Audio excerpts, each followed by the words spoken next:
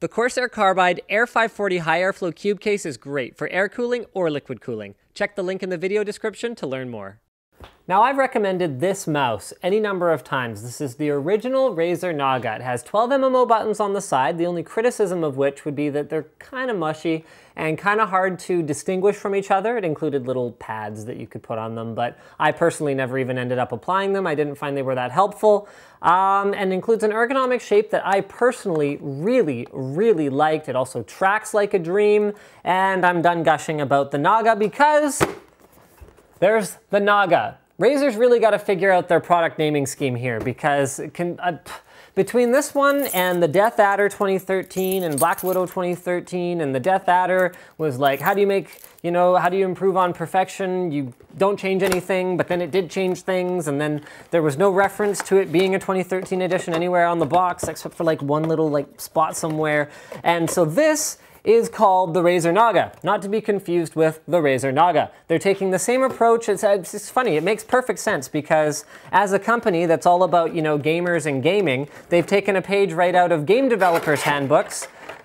Oh, what should we call the new Tomb Raider? Let's call it Tomb Raider. So anyway, there you go. That's my rant about that. What has Razer improved about the all-new Naga? Well, they've done a couple of things that I think are a very big deal. Number one is they have changed these buttons on the side to be mechanical buttons. So I want you guys to really hear the difference here. I'm going to hold it up to my lav mic. Original Naga, very mushy, very membraney. New Naga, very clicky, very tactile. Really like that. They have also updated the ergonomics. So gone are the two buttons right here, which I never really liked anyway. I rarely find myself in a situation where this is a comfortable movement for me. Those were the two buttons that I really had trouble reaching, and they have instead put two buttons here. These can be actuated with the middle finger, which if you use a three fingers like this sort of orientation, then at least there's that. You can kind of reach. I personally have trouble with this one. I don't have very flexible hands, but at least now I can reach one of them comfortably. They've also added a tilt-click scroll wheel.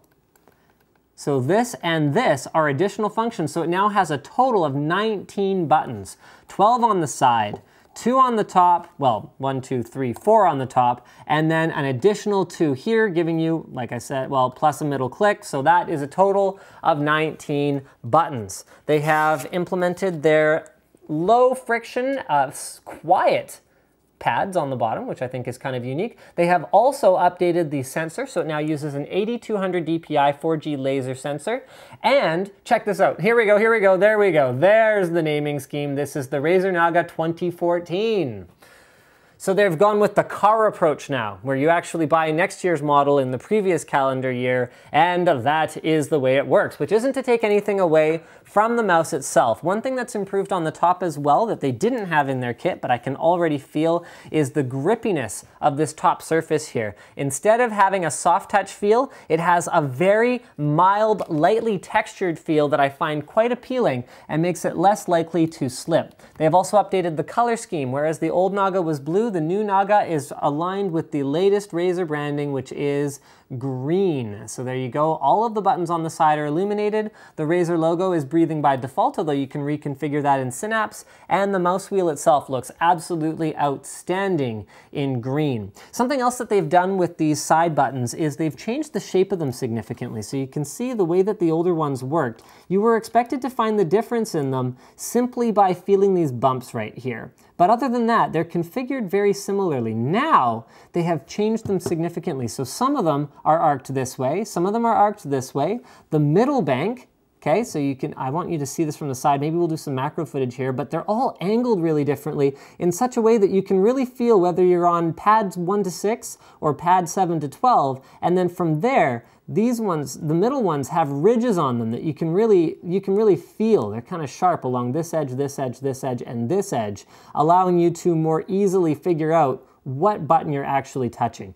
Is it necessarily perfect? The answer is probably no, but I think it's difficult to put 12 buttons on the side of a mouse such that you're expecting anyone to be able to find them all in the heat of battle without any practice. But once you have practiced, I've heard people say, even about the original Naga, that it's not that difficult. Now, in terms of updated ergonomics, you can see the mice look quite different. The one complaint I heard about the original Naga quite often was that it's really small, which is great for me because my hands are small, but there wasn't much room to rest your pinky and your ring finger on it. That has been changed. The Naga 2014 has a much expanded pinky and ring finger rest, and what I really like about the pinky here was there was nowhere to really rest it.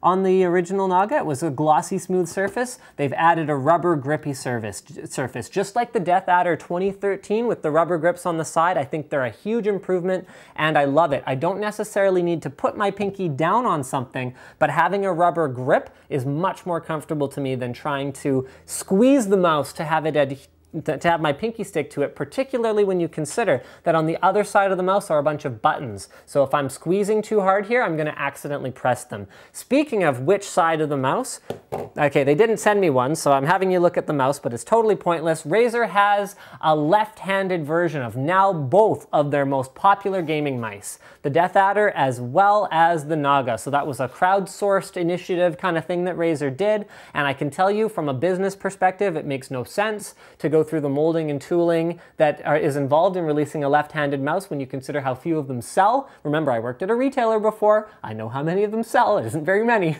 But for you Southpaw guys out there you go. Razer was listening and they wanted to bring you a left-handed mouse. So kudos to you. I think that makes it the only left-handed MMO mouse.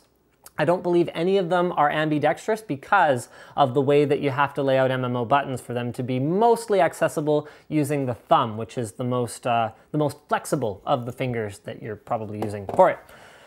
Software-wise, they've made some more improvements here as well. So there's an MMO configurator that actually overlays on the screen so you can use it to respec in the middle of a game without actually even alt-tabbing out. And this one, for me personally, is actually cooler because I tend not to change around characters too much. I play mostly single-player RPGs when I am playing an RPG, such as Dragon Age or Torchlight 2, and this is really neat. So they take this grid of 12, and then they actually give you a screen overlay that you can set up different icons so you can see visually on the screen as an overlay what each of these is mapped to. I think that's absolutely outstanding because a big problem for me with 12 buttons, particularly when you're going from game to game, is what the devil did I have button 7 bound to?